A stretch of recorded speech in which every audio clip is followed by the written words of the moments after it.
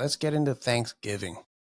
So a massive thanks to Sony Pictures for the opportunity to see Thanksgiving. Eli Roth makes his hardcore holiday horror return in this week's new release. From its mid-2000s grindhouse roots to its super in-your-face, fuck you attitude about the consumerist attitude during the holiday season, this movie is great. The story, like most horror cliches, revolves around a group of high school students. They're caught up in a tragic Black Friday sale riot, and 1 year later, a mysterious figure starts hacking people in the town up to put his fucked up festive feast together. So pretty par for the course stuff for a slasher film, right? But Eli Roth gets this movie's tone right. We're not forced to endure over-melancholic or melodramatic teens like in Scream 6.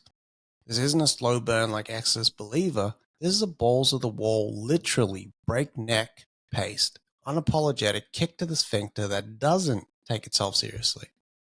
The characters are over the top, from the exaggerated Massachusetts accent on the town sheriff Newland, played so hammy by Patrick Dempsey, Sexiest Man Alive 2023, to the unlikable qualities of the teens and townspeople. You are waiting for John Carver to start stacking toe tags because Eli Roth gets that we're not here to make friends. We want these turkeys carved and served with gravy and bits. And there's carving aplenty. This movie is gory as fuck. There's all forms of mutilation, decapitation, strangulation, and cremation. You'll wince and smile. We're sick. We can't look away. But we've also been conditioned by these revenge horrors. Like I Know What You Did Last Summer, Scream, Candyman, Darkman, Nightmare on Elm Street, the list goes on.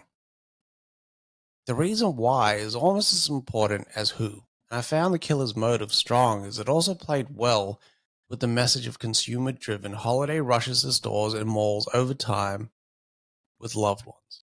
I actually initially thought this was going to be like a cursed figure horror flick, but it's a solid whodunit with a brutal vibe that's very different tonally to a movie like Saw X, which played quite serious, or Evil Dead Rise, which is my favorite horror movie this year, that got quite dark. It's almost a horror comedy.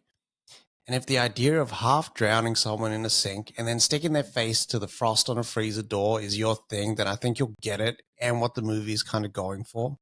Screenwriter Jeff Rendell gives everyone enough probable cause that you suspect most of the male characters in the movie of being the carver.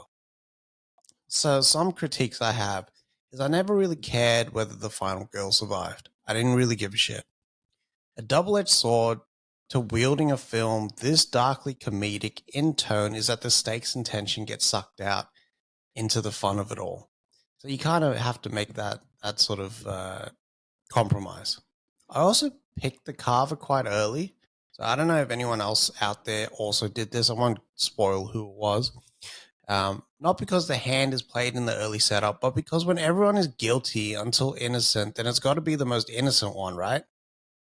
The movie also runs about 10 minutes longer than it should, but it doesn't impact the pacing as much because that runtime is filled with fatalities and flailing bodies. But still, a lot of fun and a great time in the cinema. Thanksgiving is out now in all cinemas around Australia.